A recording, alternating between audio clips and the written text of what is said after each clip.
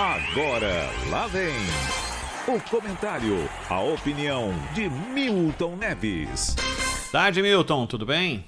Quando entra a minha vinheta, o rádio treme, o mundo sacode. Agora, senhor Ronald Menes, o senhor deu uma de migué ontem, né? O senhor foi no dentista? Não, quem faz isso é você. Eu avisei a todos aqui que eu estava impossibilitado de estar no Grupo Bandeirantes por uma suspeita de Covid na família, mas graças a Deus passou. Oh, mas que bom. Então foi legal a ausência e legal ainda o motivo e mais ainda o resultado, tá Isso bom? mesmo, obrigado. Agora, o senhor escreveu um texto que eu esqueci, que eu guardei aqui, mas não acho, porque eu tenho trocentos milhões de seguidores aí. Um texto grande e não azedo. Você parece que estava até me elogiando alguém. Um texto grandíssimo que você escreveu hoje na internet. Fala o que foi. Você quer que eu leia o texto? Quero.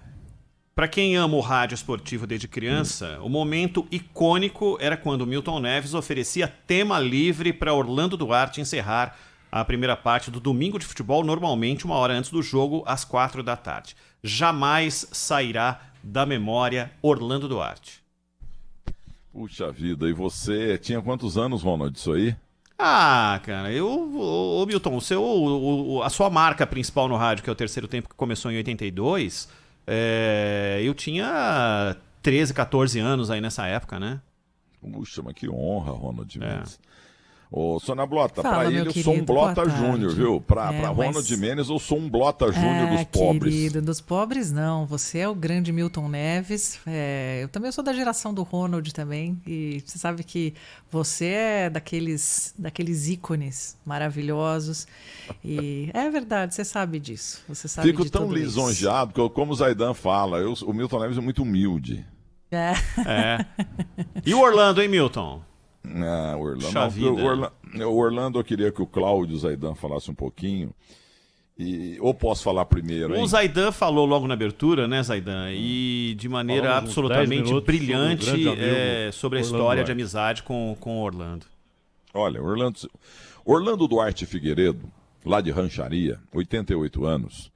Trabalhei com ele 33 anos. E eu lia o Orlando Duarte na Gazeta Esportiva. Ele tinha uma coluna chamada O Informal. E lia muito na Gazeta Esportiva Orlando Duarte, porque antigamente, vocês são jovens, não sabem, antigamente tinha um tal CND, Conselho Nacional de Desportos, que tinha uma seguinte lei. Todo time que sair do território do Brasil ganha o direito, ou tem a obrigação, melhor dizendo, de pagar as despesas de um jornalista. Ele tem que acompanhar. E o Orlando ia com a Portuguesa Santista, com a Portuguesa Carioca, da Ilha da Guanabara, ia também com a Portuguesa de Esportes, com a Seleção Paulista de Novos, com a Seleção Paulista mesmo de profissionais e com o Santos Futebol Clube e com o Vasco da Gama. Ele passava, o nosso Karsug sabe também, mas o Zaidan também sabe, ele passava 6, 7 meses fora do país. Ele viajava, sabe? E eu lia tudo que ele escrevia a respeito do Santos Futebol Clube, meu amor. E ele cobria tênis também, ele não parava no país, Orlando Duarte, nesses grandes momentos da carreira dele e tal. Mas chegou um momento, ele era casado com a dona Elza, estive na casa ali na região da Vila de Santa Amaro várias vezes, porque ela era muito boazinha, Orlando também, faziam festas lá para a equipe. E a dona Elza, irmã do Flávio Rico, esse grande colunista que sabe tudo do mundo do rádio e da televisão. Muito bem. Aí, no entanto, essas coisas acontecem, ele se separou da dona Elza e casou com a Conceição, que era secretária do Eduardo Zé Fará na Federação Paulista de Futebol. Foi a sua última esposa. Agora, o que aconteceu com Orlando é o que eu chamo muito a atenção, porque a minha mãe caiu na cozinha em 73, fosse operada na perna e não resistiu e faleceu. Porque o doutor Sérgio do Carmo Jorge, lá do Sírio-Libanês, a gente abordou outro dia aqui, porque as pessoas idosas têm lá o domínio total da casa onde mora, sabe, de cada cantinho. Então se desarma, as pessoas se desarmam da atenção, para sair da cama, para ir no banheiro ou para ir na cozinha e tal. Então o Randall Juliano, outro nome ícone, ele morava na Avenida dos Eucaliptos, ele assistiu um terceiro tempo meu na Record até meia-noite. Terminou, a Darcy Carlota, que já morreu também, ex-atriz, a mulher dele, contou isso para o Edamar Anuzek. Ele simplesmente desligou a televisão, foi subir a escada, caiu e morreu. Levaram ainda para o Evaldo Foss, tinha lá na Vereador Zé Diniz, agora não tem mais esse hospital. E o mesmo aconteceu com o Orlando, viu, Ronald? De outro dia, não, há 2 anos e meio mais ou menos, ele caiu em casa, fraturou o quadril, já não andava, Depois veio o Alzheimer. A última entrevista que ele deu tá aí na Rádio Bandeirantes. Ele falando com dificuldade, mas ainda falando mais ou menos coisa com coisa. Alzheimer. Só que depois ele foi para uma casa de repouso, porque ele piorou muito, e lá ele pegou Covid. Aí realmente não deu para segurar. Um pecado, Orlando Duarte Figueiredo, sabe? O eclético. E eu estou publicando hoje no meu blog lá no UOL, permitam-me, a maior série de fotos da vida de Orlando Duarte Figueiredo. Entendeu? É emocionante o que temos lá. E ele sempre me dava bons conselhos, quando eu cheguei tucura de tudo lá de Minas Gerais, o Randall Juliano também. Fiquei muito triste, mas olha, você sabe aquela, Ronald, sabe aquela frase manjada, descansou. Mas é verdade, ele descansou. Ele descansou mesmo, não dava, porque eu sei igual a minha tia Antônia Carlos Fernandes, minha tia mãe, ela ficou 16 anos com Alzheimer na cara, sabe, com uma idade mental e de locomoção de um bebê de um dia, entendeu? E é uma coisa terrível, essa doença, olha, nós estamos aí lutando contra o Covid, mas eu vou dizer uma coisa para você. O Alzheimer é muito mais cruel, viu, Ronald?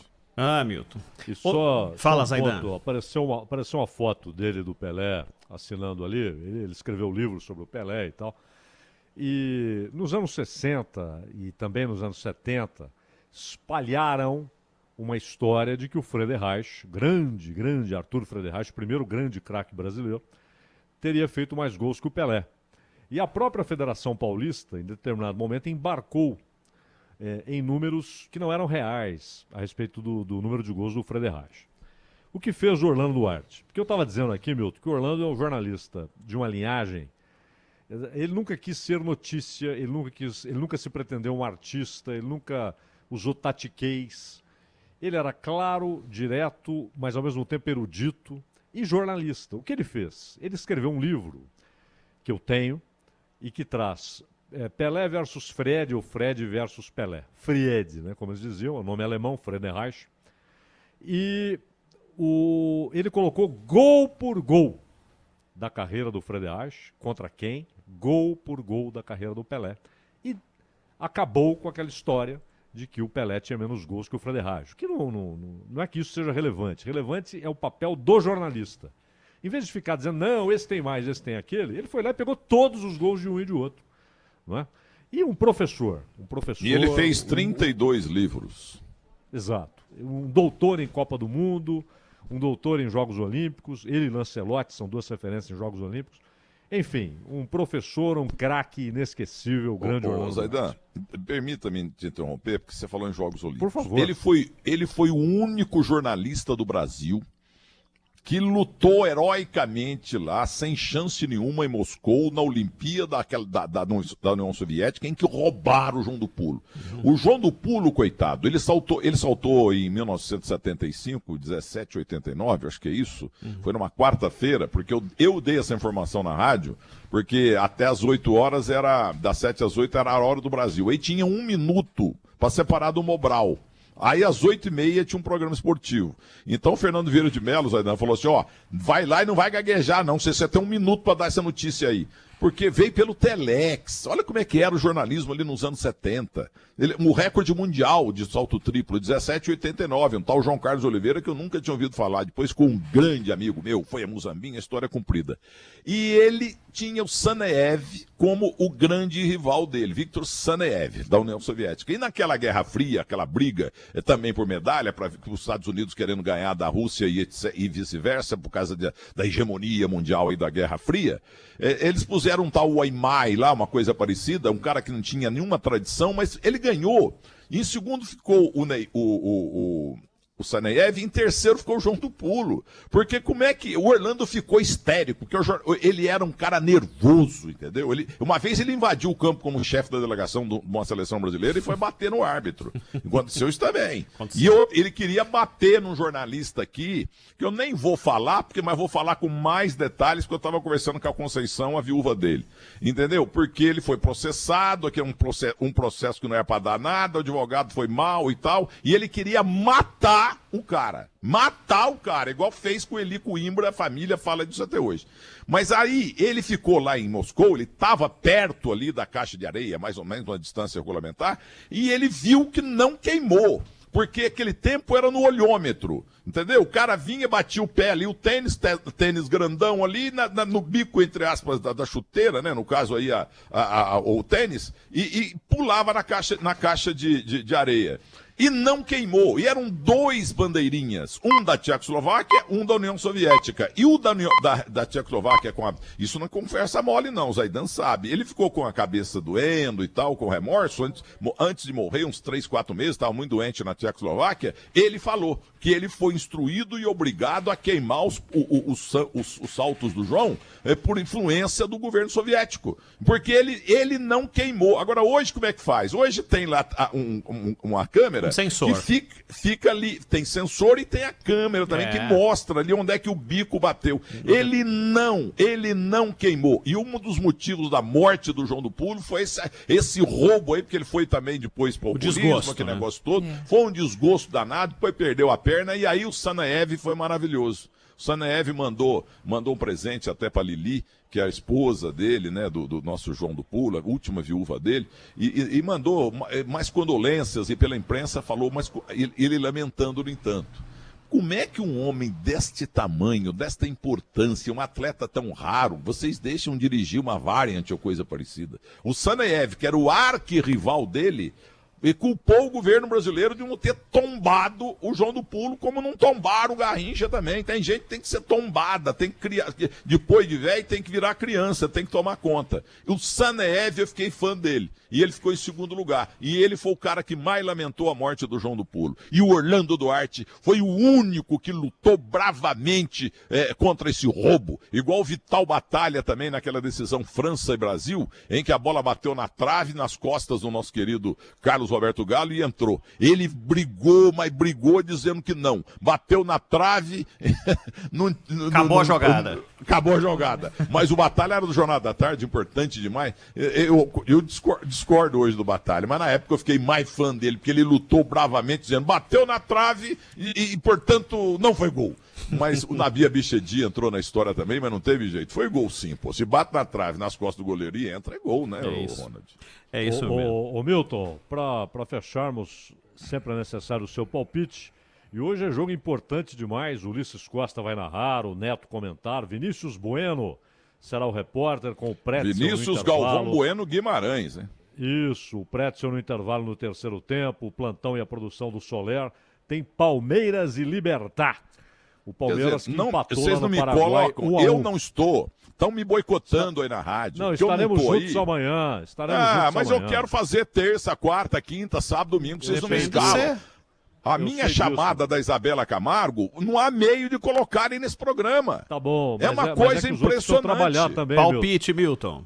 Não, eu vou dar o palpite, Palmeiras mas eu quero um jingle que não existe mais a empresa, para mostrar pro Zaidan que eu era um grande locutor comercial também. Esse jogo é Libertad e Palmeiras, onde é que é? É Palmeiras e Libertad, Allianz Parque, lá no Defensores del Chaco. Foi 1-1, hoje em São Paulo, às 9h30. 1-0 pro Libertad, um gol de Gonzalez. Entendeu? Ei, lá. Gonzalez, se não tem, vai aparecer um lá. Então vamos ouvir Conibra, que o Fiore Giliotti anunciava na Rádio Bandeirantes, não tem mais. Os dois irmãos Miyoshi Takata e Oswaldo Kazumi Takata, eles venderam a Conibra. Mas eu nunca vou esquecer dessa família japonesa, gente séria. E este jingle, o locutor comercial fui eu. Um trabalho de Zé Rodrigues. Vocês estavam falando aí de grandes músicos, tal, morreu Toninho e tal, esse negócio todo. Paulinho. Então é o seguinte, Paulinho. Então vamos ouvir aqui trabalho de Zé Rodrigues, que também está no céu, ó. Conhece o que é melhor, faz questão de bom gosto, quando quer construir.